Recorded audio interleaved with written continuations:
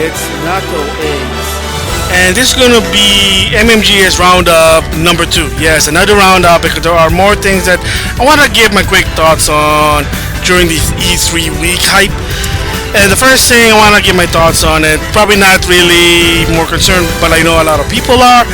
And it is could be considered that it is not a good thing what happened here, especially this game is related to Kickstarter, and that is Shemune 3 basically going to the Epic Store exclusively. So I guess I missed this during the PC gaming show. Like I say, I was just watching clips left and right, and I did see Shemune 3, but I did not know apparently this one is an Epic Store exclusive. Not a good idea. Not really a good idea, especially Kickstarter.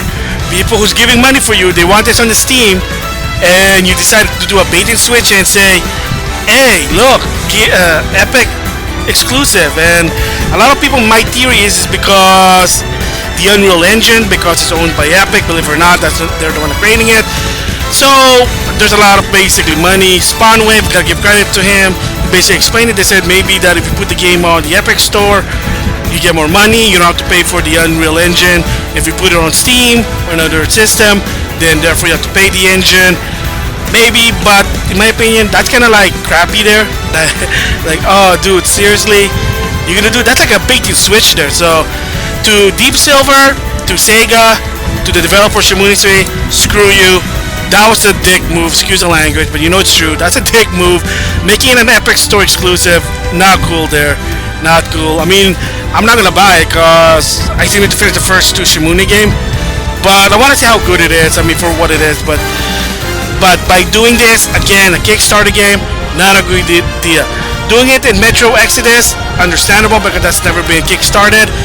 Shemune 3, which is the unique Kickstarter, yeah, not a good idea. Not really a good idea there. So the next one I want to give my thoughts quickly is the limited run games press conference. It's basically the announced games that's going to go physical release. So for people who don't know what limited runs are, limited run games are a company that makes games that's not meant to be physical because financial reason, budget reason, they can't do it. So limited run will put in some of the money in, and in return they'll get something back out of it. The companies get something back, physical version. So some people might say, well, why do I want physical? I don't really care about physical or digital. Like myself personally, believe it or not, to some extent, I'm now sort of equal to digital and physical. Whatever's cheaper, I'll do it because I invest on a hard drive and extra storage. I know for some people there are multiple reasons. One is they can't afford storage, even so it could be cheap. Some they just want the collection, they can put it on their shelf so they can do like a YouTube video, show it off, collection, show their passion. And then some people, of course, preservation. Whatever the reason is, there are some options. There's no problem with that, giving option. When a company doesn't do it, there's always 1 or 2 things that's happening. One is they don't have confidence of the game to make it physical, and 2, they don't have the budget, or they don't want to put in the money. Again, it's a business. They're not a charity there. So some of the games that for me that I'm interested that they actually did this. So some of them I'm going to give my thoughts about it. First is the Dewey collection for the 3DS. Apparently, it's the Mudman Xenodrift, those 8-bit retro style game. 5 game into 1. I don't know what the other ones are. Interesting. Blaster Master Zero for the Switch. Now there's a physical version. Another good game. It's not really that big, so it's on Steam, it's on Switch, so there you go. And then Freedom Planet is another one. It's a Sonic game. Their own version of Sonic game. It's a fun game. I played it. There you go. I highly recommended it. It's digitally, but if you're a person that you want it to be physically, there you go. Guacamelee is another good one. Mercenary Kings. I remember it was a launch title for the PS4. It's their own version of Contra. Very, very fun game. Really a fun game there. Metal Slug 3, definitely. I'm surprised it's only for the Vita, not on the PS4, but whatever. And then the big one here is Power Ranger Battle of the Grid for the Switch and PS4. Again, there you go, physical version there. There's some swags comes with it. There you go. And that's another thing I'm gonna just say. People sometimes say, how come the physical versions cost more than the digital? Well, that's a good thing. They also put some stuff to justify it. But the best part is that should be that, like, the digital and the physical should never be the same price. But a lot of times people say they don't believe that. Most businesses don't believe that because they consider as the packaging, the disc, the instruction booklet, the graphics on the paper. Like I said, it's for free, and you're just paying for the game. Therefore, we can justify to make it also the same price on digital, and to some extent, retailers such as Best Buy, GameStop, especially GameStop, Target, Walmart, they might not carry them. So there you go. So the big one here that I was surprised they're gonna do. Oh yeah, there's also Shemune 3 Collector's Edition. Okay, well apparently they're teaming up with Limit Run, but I heard they're gonna do a physical version for the PS4. So weird, whatever. But the biggest one I'm gonna say is the Star Wars games. Yes, a lot of Star Wars games is gonna have a physical re-release, including the NES, Game Boy Star Wars, and the NES and Game Boy version of The Empire Strikes Back. Awesome, there's some good one. Razor's Revenge. Let's see, Rebel Assault, I think, TIE Fighter. There's a lot of them, so that's pretty cool. Yeah, there were some other ones there. There's a list, so I'm probably gonna put a link in the description box if you want to know the whole shebang about it. So Limit Run, they're doing good on E3 2019. And then I want to talk more about Phantasy Star Online 2. So again, on the briefing in the Xbox One, they did say that's only for Windows 10 and Xbox One. A lot of people, even myself, say, well, is it possible to go to the PS4, the PS Vita, Switch?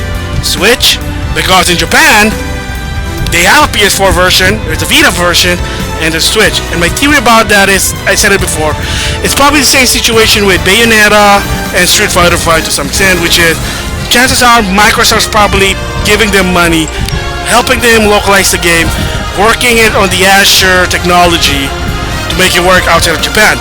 The reason why this game was never came out, it released in 2012, and they never ever once think about bringing it out outside of Japan. And the reason is, at the time, they did not have the money, they didn't have the funding, they didn't have the research to do it. They don't have servers for it. They don't have, like, are they gonna hire the voice? Are they gonna hire who's gonna do the localization? And at the time, Sega wasn't on, they're not on top of their game. They're localizing their own game. That's why a lot of the games that you wanted to come out, like Valkyrie Chronicles 3 and Yakuza and stuff, they were hesitant. Yakuza was, believe it or not, Yakuza was at one point they were going to give up outside of Japan after 4 until Sony stepped in and they helped them fund Yakuza 5 and Yakuza 0, and then from there the Yakuza series finally got better. And then later on they bought Atlas, so they got now a localization team. There you go. And now with Final Fantasy Star Online 2, maybe Microsoft said, well, we need some Japanese game, because one of the things about the Microsoft console doesn't have is the lack of Japanese game. There you go. So again, would it be nice to be in PS4, Switch, and Steam and Vita? Most definitely. Only time will tell. This game's not even gonna come out until next year for 2020. So I mean, you can let your voice heard. Tell them, hey, you know, remember it's a free-to-play game also. But I mean, it kind of sucks to some extent. But you gotta understand the funding. So they probably didn't have the funding before. Now they do. That's why. And the last thing here I want to give my thoughts is Tifa's design for Final Fantasy VII Remake. Okay, first of all, the boobs, I have to talk about it, I have to mention it. I know it's gonna like, hey. Yeah, so they didn't, maybe a minor reduce, but not so much. I think to some extent they're trying to also just make it realistically. So that, to me, like, okay. But again, she has that steel shirt, that cut shirt, that you can see her stomach. She still have that mini skirt. So, I mean, one of the complaints, some people said, oh, she has that black shirt under her white shirt. To me, I don't really think that's censorship to some extent. I just think it's just that they wanted her to look more finesse, let's just say that. What I mean by that, more design, like more, like, color-wise. That's probably my opinion. So, you know, the black and white clash, it kind of stands out design wise there, and that's the reason probably they put it there. It's not so much of censorship, because I mean, you don't really see like her cleavage even in the original Final Fantasy VII design to some extent, I think. So I mean, I don't think that's part of a censorship there. The boobs, still big boobs, there you go. And then she's still wearing a mini skirt. Again, they didn't lower it down, so there you go. So no harm there. And then, of course, some people complain about the knee stocking. In my opinion, I think that's good. Here's the reason why, because again, it's just the color wise. I know in the original one she didn't, but I think it's just color wise, it makes the design, the color balances out. Could they lower down the knee stock height? Maybe, sure, but I think for what the design is, I think it's not that bad in my opinion. I know some people say no, to each their own. So, but I think the design otherwise is not that bad. Again, it's just that my guess is it's not so much of a censorship. It's just that they're trying to make her look more colorful, balance out the color, so she stands out when you're playing the game. There you go. That's my opinion about it. So there you go. My opinion about Tifa. Phantasy Star Online 2. More about it. More in depth. My thoughts about it. Of course, limited run games. Basically, showing more games to make it physical. Shemune is controversy. I hope they do fix that. With that, I'll see you guys later.